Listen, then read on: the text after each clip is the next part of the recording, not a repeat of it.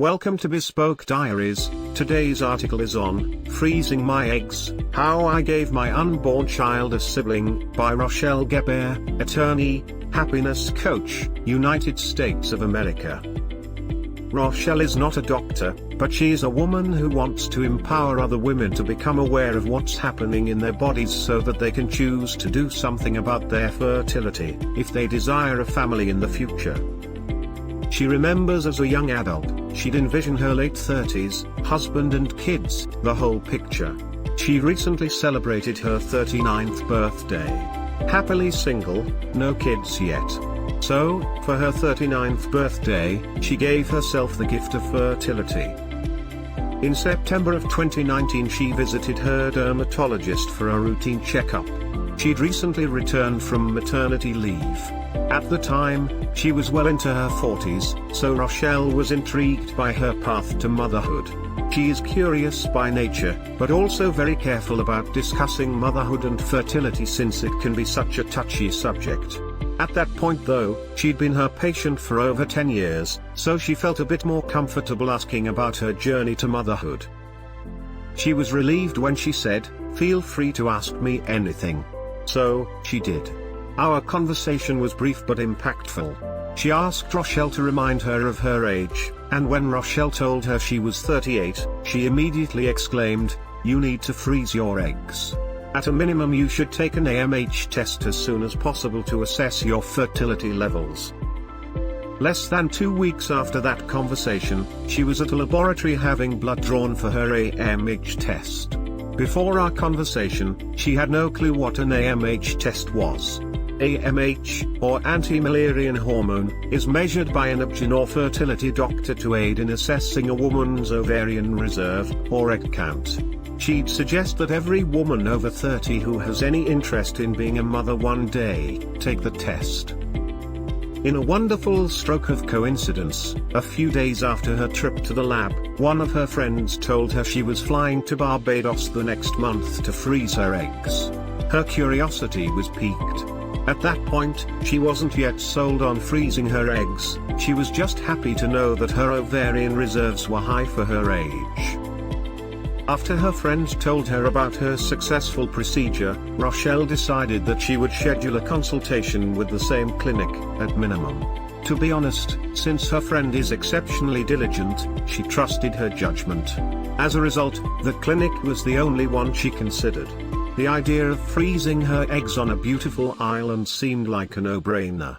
Plus, it was the perfect opportunity to start writing her new book. Upon emailing the clinic, she was immediately offered a phone consultation the weekend of Thanksgiving. It was perfectly timed as she would be around my family and able to get their feedback about her options. She spoke to the fertility specialist who was very pleased with her Amh results and impressed that she'd taken the initiative to take the test. One of the things that stood out in their conversation, and there were many, was when she said, "I have no doubt that you will be able to get pregnant naturally well into your early 40s, however, if you want your child to have siblings, you may want to consider freezing your eggs. If you decide to have more children later in your 40s, you can use your 38-year-old frozen eggs, if you so choose." Rochelle was sold. She made plans to fly to Barbados in April of 2020 to freeze her eggs as a birthday gift to herself. 4 days after my 39th birthday, on March 12, 2020, life as the world knew it came to a halt due to COVID-19. She was informed by the clinic that all elective procedures would be postponed, and that the borders to Barbados had been closed. She initially took it as a sign that she didn't need to freeze her eggs. However, she also knew that the likelihood of dating and meeting a life partner during a pandemic, though not impossible, would be less likely. So, she made another appointment for June. Surely, the pandemic would blow over by then. When it didn't, her appointment was delayed yet again. She was disappointed, but still clung to the notion that it would happen exactly the right time. She rescheduled for August and received notice that she would have to quarantine in Barbados for 7 days in a government-approved hotel before she could go to the clinic. As hesitant as she was at that point, she decided on October Trying to freeze one's eggs in a foreign country in the middle of a global pandemic is not for the faint of heart. But she knew the peace of mind that freezing her eggs would give her would far outweigh any inconvenience. On October 15, 2020, a little over a year after the fertility seed had been planted, she set off on her journey. She dubbed the adventure mission Bib Unicorns. Her intentions were to relax, eat healthy food, administer the injections on time, right whenever my spirit moved her, and freeze healthy eggs.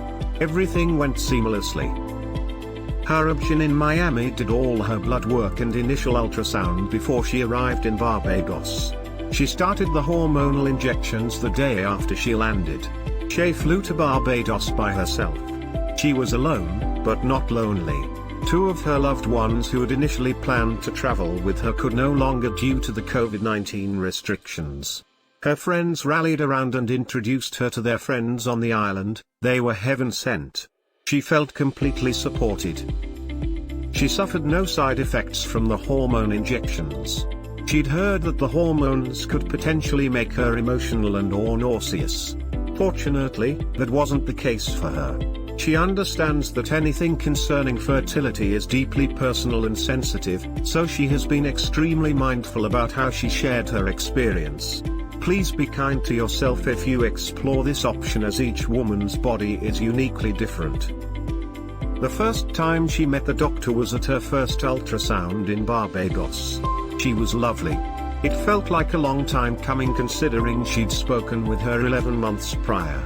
The clinic was world-class, the staff were pleasant, and she felt completely comfortable and confident in her decision to undergo the procedure there.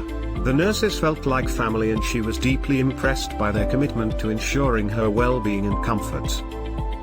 13 days after landing in Barbados, approximately 20 gallons of coconut water, 30 needles, and 11 days of injections later, her doctor retrieved 24 eggs from her ovaries. When the nurse told her the number after waking up from sedation, she was in tears. She hadn't realized she'd be so relieved. Later in the evening, she received an email from the embryologist indicating that they were able to freeze 19 healthy oocytes. She was overwhelmed with gratitude and extremely emotional. The eggs are now tucked safely in the clinic in Barbados. When she envisions 50-year-old Rochelle, she imagines that she would feel deep regret if she didn't have at least one child. We don't know what the future holds, but she wants to preserve her options to become a mother to the best of her ability. Making the decision to freeze her eggs has given her more peace of mind and sense of relief than she could have imagined. She understands that egg freezing is expensive and may be cost prohibitive for some women. However, with a little bit of research one may find it to be more affordable than expected. There are many reputable fertility clinics outside of America. It was more cost-effective for her to freeze her eggs in Barbados than it would have been in the US. A friend of mine underwent the procedure in Miami at the same time she did and spent approximately $7,000 more. As she flew home to Miami, she felt a deep sense of accomplishment. She didn't allow her ticking biological clock to hold her happiness hostage. She reaffirmed that she will not leave her happiness to random chance, but in the instances where she can command control, she will take it. Thank you for your time. Don't forget to like, subscribe and share. Do leave your thoughts in the comments section below. For similar type of article, please reach us at contact@thebespokediaries.com, or you can visit our website www.thebespokediaries.com.